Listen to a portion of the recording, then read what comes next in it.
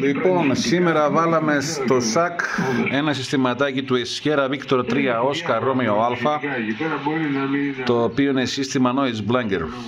Λοιπόν, πάμε τώρα να ακούσουμε εδώ. Και εφόσον τα αντιλαμβανόμαστε, τα λέμε και δεν θέλει να προσέχει και δεν θέλει. Χαμηλά τα σήματα. Γιατί να κάνουμε το παντού. Ακούγεται όμως κανονικά το Yankee U. Δεν νομίζω ότι είναι περιέργεια αυτό, εντάξει. Μόλις βγάλω όμως το προγραμματάκι εδώ. Ότι έχεις κάποιο πρόβλημα, βέβαια δεν το έχετε καλά.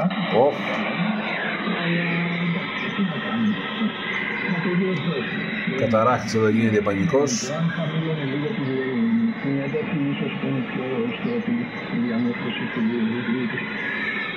Δημήτρη, αν ακούς, On now.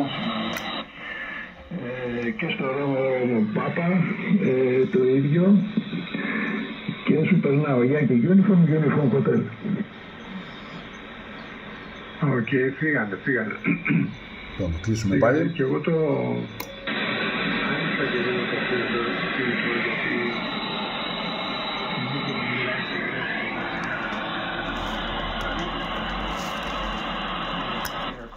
αλλά και πάλι το άκουγα. Τέλος πάντων, τι να κάνει. Αγιομηχανήματα είναι και αυτά.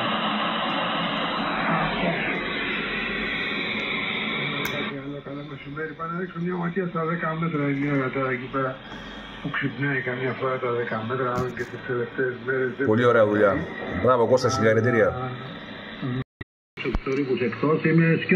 Χωρίς noise blanker στο μηχάνημα. Έτσι είμαι κι εγώ.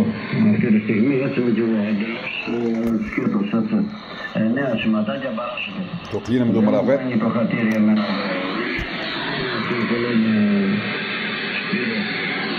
Αυτό που ζεις εσύ τώρα εκεί, το ζήσεις και εγώ κάμια δεκαριά. Χαμός. Το ανοίγουμε. Ξέρω εγώ, υγιώσεις καλύτερα, τα καλώδια πλένονται, δεν ξέρω τι γίνεται. Κάνει δουλειά. Μετά από καμία βοηθή μπορεί να το δεις χαμηλά, δηλαδή 5, 6, 7 σήματα. Και μετά από κάνα δεκαριά ώρες ξαναπάει στο 9. Και συνεχίζεται αυτό και διονύζεται μόνιμα. Έτσι, μία στο τόσο. Κλειστό. Εσύ όμως δεν έχεις περάσει ποτέ τα 7-8 σήματα παράσιτο, με 7 πας. Έτσι να ακούσουμε το χαμηλό σταθμό εδώ. Θα είχες ένα καλώδιο 5 μπάντες, όπως μιλάω εγώ δηλαδή. Όπως μιλάω, Κλείνουμε αυτό το πράγμα λίγο. 9+10. Όπως είμαι εγώ τώρα. Ακριβώς έτσι θα δούλευε. Κάνει δουλειά ο διάολος. Τώρα αν είχε λίγο θόρυβο, δεν ξέρω. Μπορεί να είχε, αλλά μπορεί και να μην είχε. Τώρα βέβαια περιμένουμε να ακούσουμε κανέναν δυνατό σταθμό εδώ. 3 μέτρα, 4, 5. Λοιπόν, και ακούσουμε κανένα σταθμό δυνατό να δούμε αν θα παραμορφώνει για σήμερα. Δεν νομίζω, αλλά τέλος πάντων να δούμε.